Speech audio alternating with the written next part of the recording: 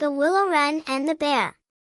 Once in summertime the bear and the wolf were walking in the forest, and the bear heard a bird singing so beautifully that he said, "Brother Wolf, what bird is it that sings so well?" "That is the king of birds," said the wolf, "before whom we must bow down." In reality the bird was the willow wren. "If that's the case," said the bear, "I should very much like to see his royal palace. Come, take me thither." "That is not done quite as you seem to think," said the wolf. "You must wait until the queen comes." Soon afterwards, the queen arrived with some food in her beak, and the lord king came too, and they began to feed their young ones. The bear would have liked to go at once, but the wolf held him back by the sleeve, and said, "No, you must wait until the lord and lady queen have gone away again." So they took stock of the hole where the nest lay, and trotted away.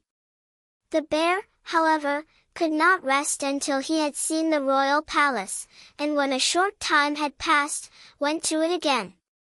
The king and queen had just flown out, so he peeped in and saw 5 or 6 young ones lying there.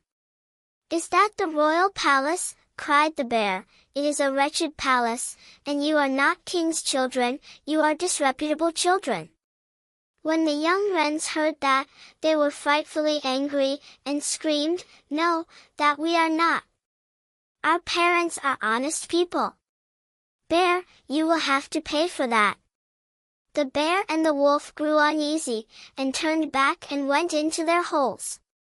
The young willow wrens, however, continued to cry and scream, and when their parents again brought food they said, "We will not so much as touch one fly's leg, no, not if we were dying of hunger, until you have settled whether we are respectable children or not. The bear has been here and has insulted us." Then the old king said, "Be easy, he shall be punished," and he at once flew with the queen to the bear's cave, and called in, "Old growler, why have you insulted my children? You shall suffer for it, we will punish you by a bloody war."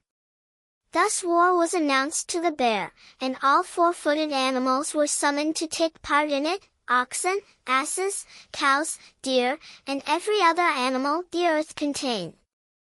And the willow wren summoned everything which flew in the air, not only birds, large and small, but midges, and hornets, bees and flies had to come.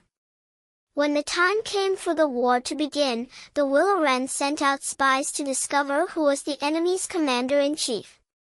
The gnat, who was the most crafty, flew into the forest where the enemy was assembled, and hid herself beneath a leaf of the tree where the password was to be announced. There stood the bear, and he called the fox before him and said, "Fox, you are the most cunning of all animals, you shall be general and lead us." "Good," said the fox, "but what signal shall we agree upon?" No one knew that, so the fox said, "I have a fine long bushy tail, which almost looks like a plume of red feathers. When I lift my tail up quite high, all is going well, and you must charge, but if I let it hang down, run away as fast as you can." When the gnat had heard that, she flew away again, and revealed everything, down to the minutest detail, to the willow wren. When day broke, and the battle was to begin, all the 4-footed animals came running up with such a noise that the earth trembled.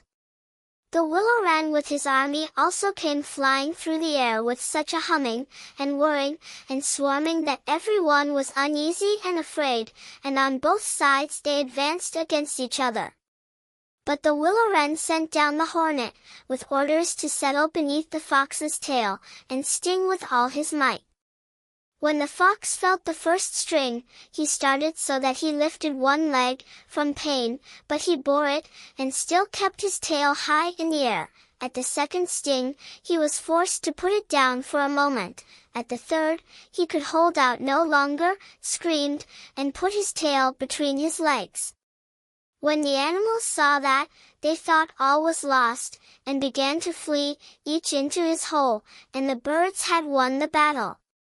Then the king and queen flew home to their children and cried, "Children, rejoice, eat and drink to your heart's content, we have won the battle." But the young wrens said, "We will not eat yet, the bear must come to the nest, and beg for pardon and say that we are honorable children, before we will do that." Then the willow wren flew to the bear's hole and cried, "Growler, you are to come to the nest to my children, and beg their pardon, or else every rib of your body shall be broken." So the bear crept thither in the greatest fear, and begged their pardon.